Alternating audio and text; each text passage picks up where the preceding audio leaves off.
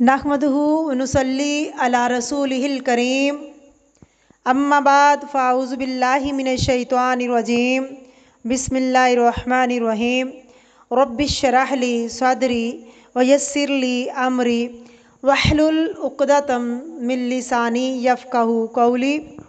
सूरतुन निसा आयत नंबर 28, तर्जमा और तफसीर। युरीदुल्लाहु अन युख़व्विफ़ अन्कुम, अल्लाह ताला चाहता है कि वो तुम पर हल्का कर दे। किसको? कुछ पाबंदियों को।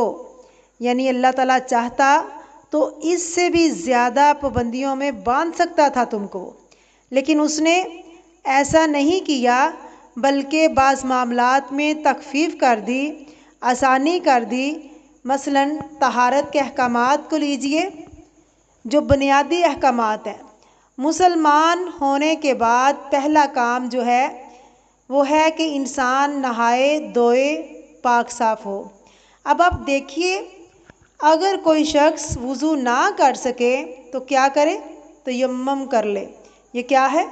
युख़व्विफ़ अन्कुम। अल्लाह ने जहाँ कुरान पाक में वज़ू का हुक्म दिया है वहाँ तयम्मुम की बात भी की। इसी तरह नमाज में आप देखिएगा, नमाज में भी आसानी है। अगर खड़े होकर नहीं पढ़ सकते, बैठ के पढ़ लो, बैठ के नहीं तो लेट के नहीं तो इशारे के साथ। कसर नमाज भी है। रोज़ा है, मुसाफिर के लिए रोज़ा बाद में रखने की सहूलत है। अगर वो बीमार है तो बाद में रख ले, नहीं तो किसी को फ़िदिया दे दे। और भी बहुत सारी चीज़ें हैं। ये सब कुछ क्या बताता है कि जहाँ दीन में एक तरफ फ़राइज़ आयत किए गए हैं, पाबंदियाँ आयत की गई हैं, वहाँ दूसरी तरफ सहूलत भी पैदा की गई है। और ये भी है कि अल्लाह रब्बुल इज़्ज़त ने जो अहकामात दिए हैं वो इतने ही हैं जो तुम कर सकते हो। ला युकल्लिफुल्लाहु नफ्सन इल्ला वुसाहा। तुम्हारी वुसअत से ज़्यादा तुम्हारे ऊपर बोझ नहीं डालेगी। लेकिन जब तुम अपने नफ्स की पैरवी करने लगते हो तो दरअसल अपने ऊपर बोझ डाल लेते हो। अल्लाह ने क्या नहीं किया? अल्लाह फरमाते ला युकल्लिफुल्लाहु, अल्लाह तुम्हारी वुसअत से ज़्यादा तुम्हें तकलीफ़ नहीं देता, तुम्हारी वुसअत से ज़्यादा तुम्हें आजमाइश नहीं डालता।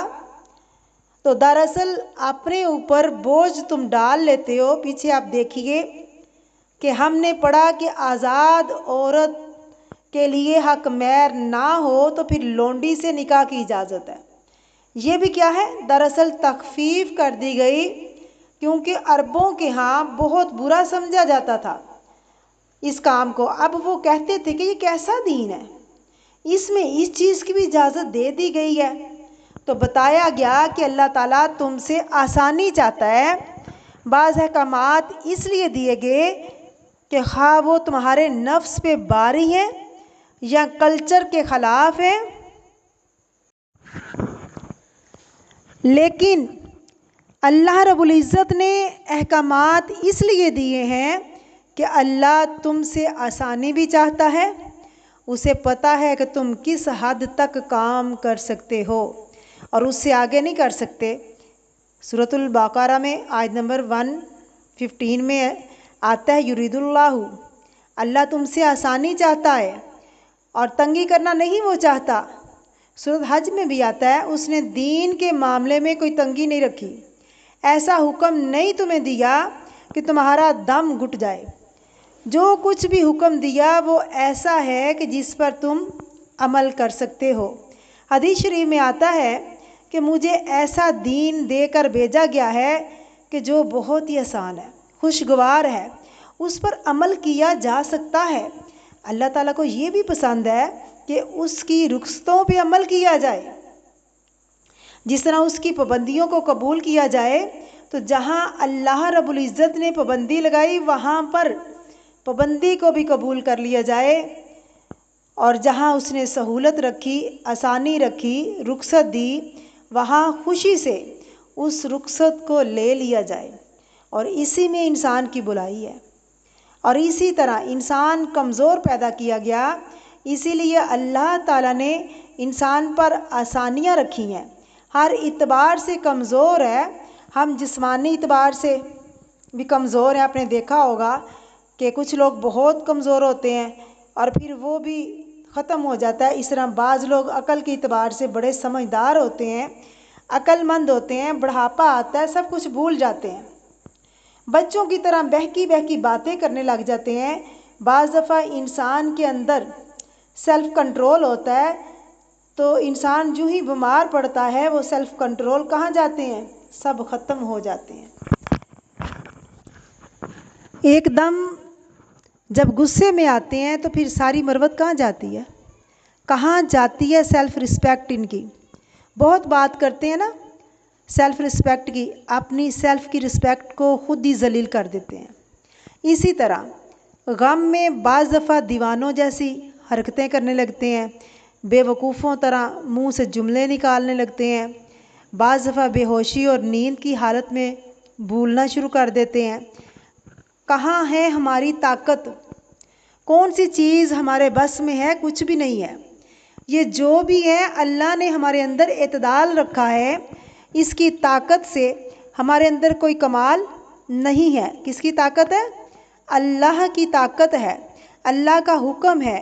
اس لیے اللہ رب العزت فرما رہے ہیں خلق الانسان ضعیفا، کہ انسان کمزور پیدا کیا گیا. اور خصوصاً عورت کے بارے میں مرد بہت کمزور ہے.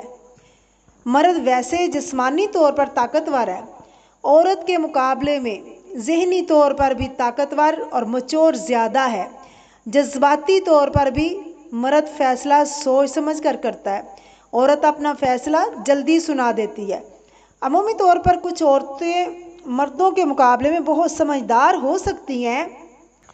میجورٹی جسمانی قوت میں، ذہنی قوت میں، جذباتی قوت میں عورت مرد کی نسبت کمزور ہے، لیکن ساری قوتوں کا مالک ہوتے ہوئے اسے دیکھتے ہی فتنے میں پڑ جاتا ہے. عورت کو دیکھتے ہیں مرد کی عقل ماری جاتی ہے، ساری سمجھ چلی جاتی ہے. تو اللہ نے کیا فرمایا؟ وَخُلِقَ الْإِنسَانُ ضَعِيفًا. ہر ایک چیز کی اپنی اپنی کمزوریاں ہیں، اس لیے اللہ تعالیٰ نے یہ احکامات دیے ہیں.